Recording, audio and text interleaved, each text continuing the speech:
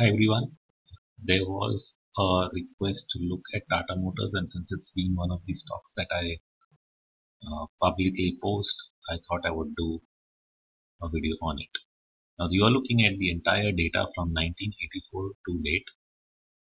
Okay, and what you can see here, this was an interesting period because a lot of the up and down moves ended up being corrective.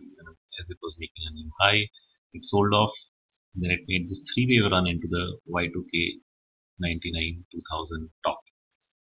And the larger structure, when you look at it, has this HNS-like pattern.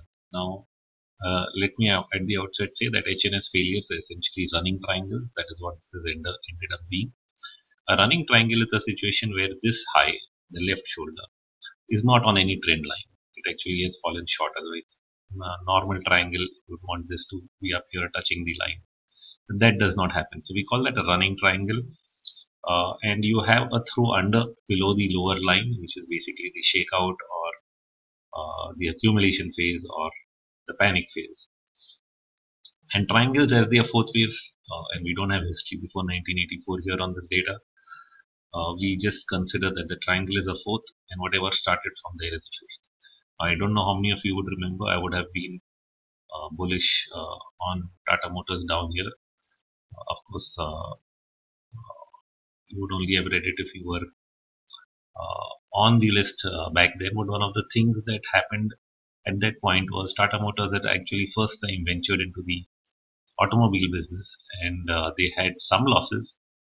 And in this last sell-off you see essentially happened when they decided to write off all their past losses from that business once they'd already started to make good sales. And so that was the last of it.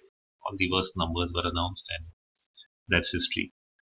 Now you may try to think about where that is happening today. There are a lot of companies that are writing off losses, especially banks.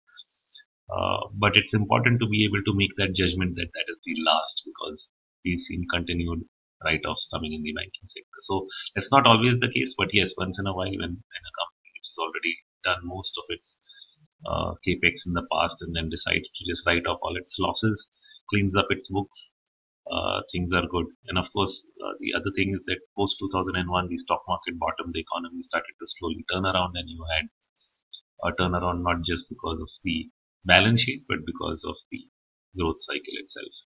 So that was the fourth wave, and it ended, and whatever has occurred after that has been a fifth wave, and it's extended a period of time. There was an ending like pattern that was developing here, which I was considering as probably the end of the fifth, and prices went above that in 2013.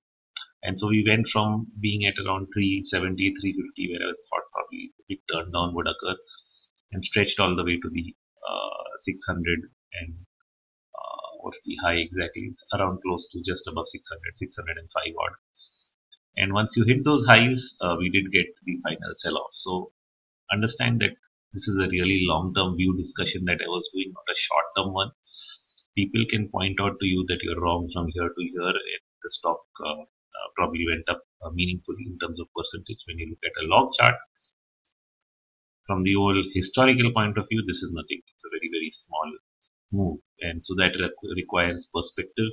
So when you're giving a long-term view and a short-term trader sees this and says, oh well, it's all bullshit, he doesn't really get the perspective you are looking at. That doesn't mean you can't be wrong, but Elliott Wave analysis gives you the best perspective in terms of what is likely, and many a times it's likely to be right than wrong. And so that's why we follow this. And so what happened? Once we had this through over above this line, which would have been the final fifth wave, 1, 2, 3, 4, and 5, we got a sell-off. This sell-off looked like 5 waves. I marked it as A, and since then I've been saying we were in B. It did a very significant retracement, more than I thought, but still a retracement at 80-90%. This is a B wave. It's an expanded flat A, B, and C, and then we've started rolling over in wave C. Now wave C has been a slow grind. Now, if it was a fast grind, we could have quickly said A, B, C equality, could have ended at 250. But now that it's a slow grind and you're getting a series of overlapping structures, which means it could be 1, 2, 1, 2, or maybe B could be an entire triangle till here, and then actually, so A, B, C, D, E, descending kind of a awkward triangle, and then you're actually starting C down, so 1, 2, 3, 4, and when you're doing that, so the potential is that you'll probably not end at equality. You'll probably see an extension. And so rather than putting an exact number in terms of where this would end, so it would have typically been equality 275. If I take it from this high, it could be 216. But the question in my mind is, what if wave C extends? And so rather than put a number on it, what's more important is that we are able to map a 5-wave decline in wave C. And once that is complete, then we definitely look at the potential as to whether that leg has ended. And is it going to be ABC followed by an X wave? Or is it going to be ABC and then that's the final bottom is the big question. Sometimes in meaningful bear market, C extends all the way to the final bottom. So we don't know where that is. And so we just have to ride the downward momentum till it is complete. In short, what the conclusion from Elliott Wave perspective is that there is no sign that you've really bottomed in price.